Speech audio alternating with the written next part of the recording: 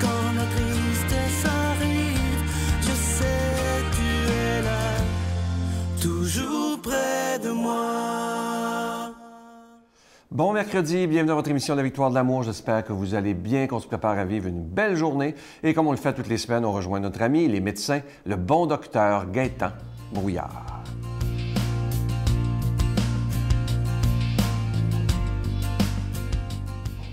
Bonjour tout le monde.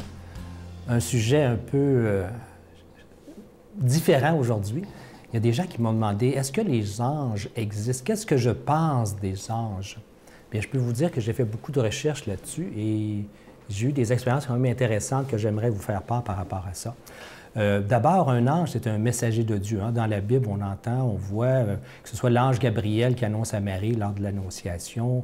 On sait, par exemple, on parle de l'archange Raphaël aussi, Michel-Ange, etc. Donc, ce sont des êtres d'une grande intelligence et on dit qu'ils pourraient prendre de différentes formes. D'ailleurs, on a souvent plusieurs catégories d'anges. On parle des principautés, des chérubins, on parle des archanges également. Fait qu'on va travailler un petit peu avec ce qu'on appelle les archanges aujourd'hui. Et je pense qu'on peut s'en servir justement de ces êtres. C'est pas parce qu'on les voit pas qu'ils sont pas là. Donc, ils peuvent être un peu partout, un peu là comme protecteurs finalement. Et pourquoi ne pas s'en servir justement pour demander cette protection qui pourrait auquel on pourrait avoir droit et aussi avoir des résultats très intéressants. Moi, je me souviens, quand j'avais 18 ans, j'avais une vieille voiture à l'époque, un vieux taxi, et à un moment donné, sur une petite route, il y avait un gros camion là, avec semi-remorque, et j'ai dû le dépasser parce qu'il ne roulait pas très vite. Et pour le dépasser, j'ai dû augmenter la vitesse, évidemment, et comme c'était une petite route qui rencontre, tout à coup, juste devant moi, il y a quelqu'un qui sort de son entrée et j'arrive face à face avec la personne. Je me souviens encore, là, j'ai vu le visage de la dame qui était horrifiée de voir que je fonçais droit sur elle. Pendant ce temps-là, il y avait un grand camion de 50 pieds et pour lequel je ne pouvais pas me tasser pour éviter l'accident. Et comme par miracle, à un moment donné, à la dernière minute, un coup de roue qui s'est donné, j'ai passé en dessous du camion, j'avais le devant du camion qui était rendu au pare-choc, dans mon pare-brise. Et comme par hasard, tout était tranquille, et j'ai continué à rouler. Et pour moi, ça a été un signe qu'il y a quelqu'un ou il y a quelque chose qui a pu justement m'aider à faire ce mouvement tout à fait anodin en dernière minute auquel je ne croyais pas. Et je me souviens, quand j'étais jeune aussi, mon fils, mon plus jeune, il avait peur le soir. Et puis, je dis, pourquoi tu as peur le soir? Ben, il dit, c'est à cause de lui, là. J'ai dit, c'est qui, ça, lui? Ben, il dit, tu le vois pas? Je dis, non, je vois pas rien. Ben, il dit, quand il est assis, là, puis il nous regarde. Je dis, ah oui? Qu'est-ce qu'il a l'air? Il dit, as-tu l'air mauvais? Non, il dit, il nous sourit, puis il nous regarde tout le temps. Ah, fait que là, j'ai compris, je lui ai expliqué finalement que c'était peut-être un ange, justement, qui était là le soir pour le protéger aussi. Puis à partir de ce moment-là, il n'a pas eu peur la nuit de pouvoir justement se coucher et sans avoir peur de créer justement cette présence qui était pour lui un peu inconnue, donc il ne savait pas trop quoi faire avec. Et j'ai souvent travaillé aussi avec les gens justement comme protection, donc il y a l'ange gardien, mais je pense qu'on peut aller chercher 3 anges intéressants, des archanges, donc Saint-Michel, et également Gabriel et aussi Raphaël. Demandez leur protection régulièrement, ils pourront certainement vous aider. Je vous souhaite de passer une belle journée. Notre Père qui es aux cieux, que ton nom soit sanctifié, que ton règne vienne, que ta volonté soit faite sur la terre comme au ciel. Donne-nous aujourd'hui notre pain de ce jour. Pardonne-nous nos offenses comme nous pardonnons à ceux qui nous ont offensés. Ne nous laisse pas entrer en tentation, mais délivre-nous du mal, car c'est à toi qu'appartient le règne, la puissance et la gloire, pour les siècles des siècles. Amen. La Victoire de l'amour vous invite à son pèlerinage annuel en République tchèque et en Pologne, du Petit Jésus de Prague à la ville natale de Saint-Jean-Paul II, en compagnie de Brigitte Bédard, l'abbé Donald Thompson et la participation occasionnelle de Sylvain Charon. Nous visiterons entre autres les villes de Prague, Cracovie, Auschwitz et plusieurs autres. Nous visiterons aussi la maison natale de Saint-Jean-Paul II, du 11 au 22 juin 2018. Informations, réservations, voyage intermission, 514-288-6077 ou 1-800-465-3255. C'est la dernière semaine que je vous parle de ce magnifique cadeau du mois, un véritable bijou.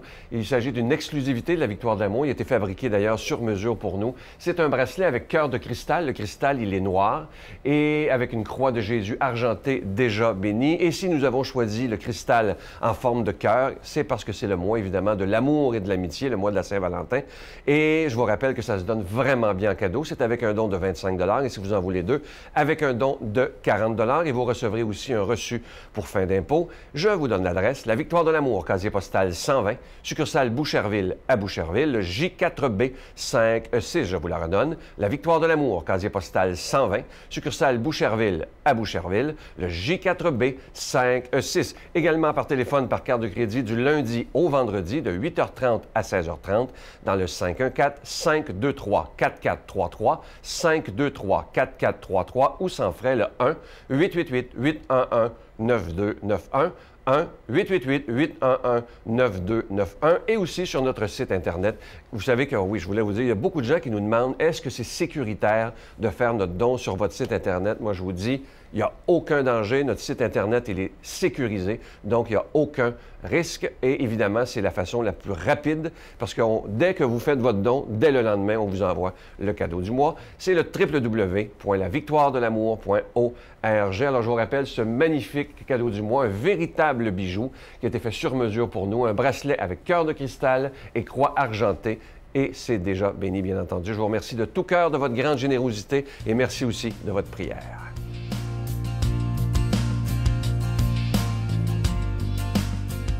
Mon Dieu, donnez-moi la sérénité d'accepter les choses que je ne peux changer, le courage de changer les choses que je peux et la sagesse d'en connaître la différence. Amen. Aujourd'hui, la parole de Dieu est proclamée par quelqu'un qu'on apprécie beaucoup. Il est pasteur à Trois-Rivières, le révérend Joël Lapierre.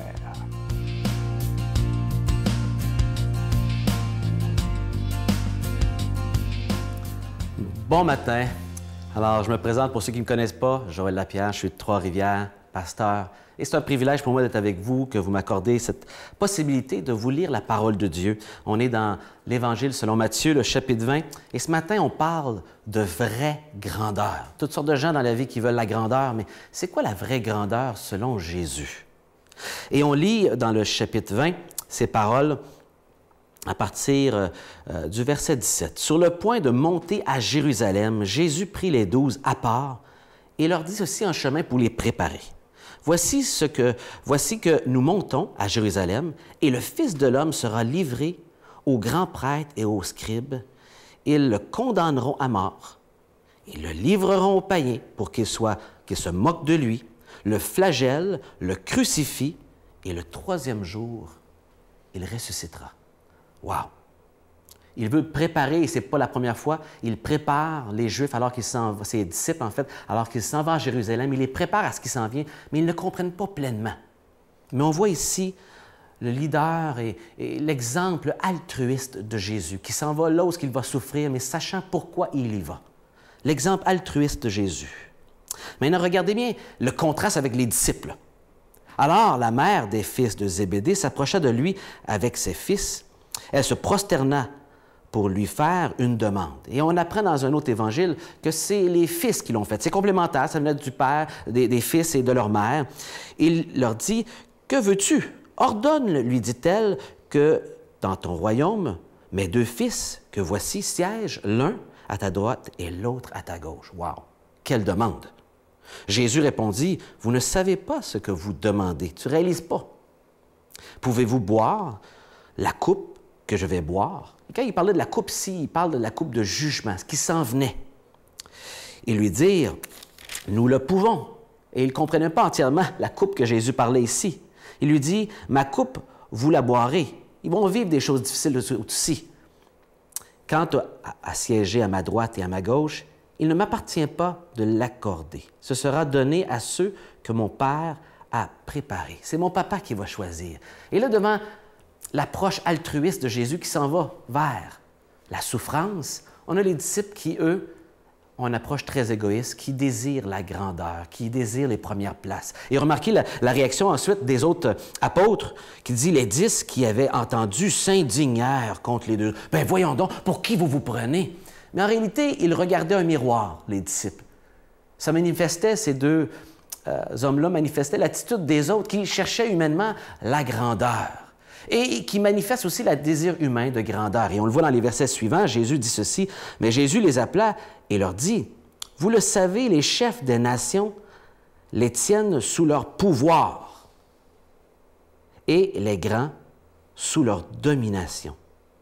Il ne doit pas en être ainsi parmi vous. » Alors, d'un côté, on a Jésus qui est altruiste, on a les disciples qui sont égoïstes, qui veulent la grandeur, on a le monde qui présente des leaders dominateurs, et là, on a Jésus qui invite vers le vrai leadership, vers une attitude que j'appelle évangéliste, c'est-à-dire une attitude de l'Évangile. L'attitude qui amène Jésus à faire ce qu'il va faire.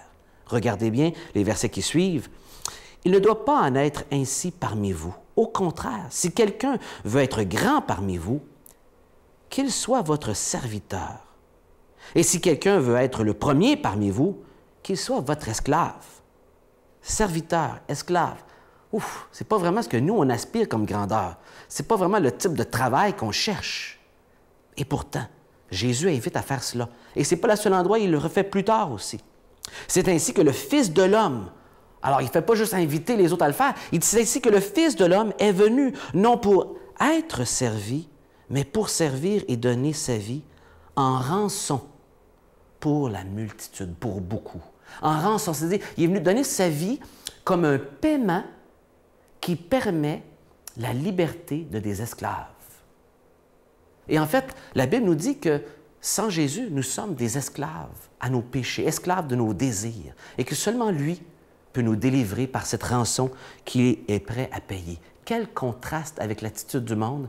Jésus nous donne un modèle de la vraie grandeur, servir les autres. Et parce que Jésus le fait, ce qui serait impossible pour nous de faire, ce genre d'altruisme-là, ça durerait un temps, on aurait des motifs intérieurs tout mélangés, parce qu'on est tellement naturellement porté vers nous-mêmes. Mais Jésus peut transformer ce cœur humain et nous permettre de servir les autres comme lui a servi, si nous acceptons sa vie à lui, que nous plaçons notre foi en lui, qu'on reçoit son pardon. Et lui, en nous, peut nous amener à faire cet altruisme évangélique, de l'Évangile envers les autres, qui nous a donné la vie par Jésus et qui peut donner la vie aux autres. Pourquoi ne pas faire cette décision-là ce matin? Je le prie pour vous, que le Seigneur vous accompagne. Je vous salue Marie, pleine de grâce. Le Seigneur est avec vous. Vous êtes bénie entre toutes les femmes, et Jésus, le fruit de vos entrailles, est béni. Sainte Marie, Mère de Dieu, priez pour nous pauvres pécheurs, maintenant et à l'heure de notre mort. Amen.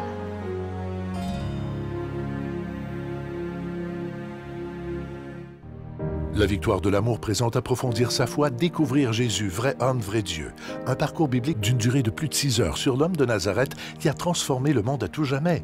Avec l'abbé Donald Thompson et Pierre-Luc Bordelot, partez à la découverte de Jésus le Christ. À partir de 49,99 $, obtenez-le en ligne sur notre site Internet à lavictoiredelamour.org ou en format DVD. Composez le 514-523-4433 ou 1-888-811-92-91.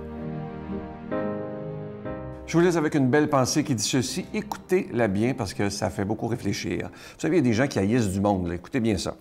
Haïr quelqu'un, c'est lui donner un très grand pouvoir sur notre vie. Un pouvoir sur notre sommeil, un pouvoir sur notre appétit, sur nos relations avec les autres et un pouvoir sur notre équilibre en général. Alors, ce serait mieux de pardonner. À demain. Bye. On n'est pas à l'abri d'être séduit. Mais après, c'est qu'est-ce qu'on fait de ça? C'est voilà, est-ce qu'on décide de tomber dans ce feu de paille, dans cette passion? Parce qu'en fait, c'est de la passion, ce n'est pas de l'amour. Ou est-ce que, voilà, on a ce sacrement, je lui ai donné ma vie et je lui ai promis fidélité. Donc,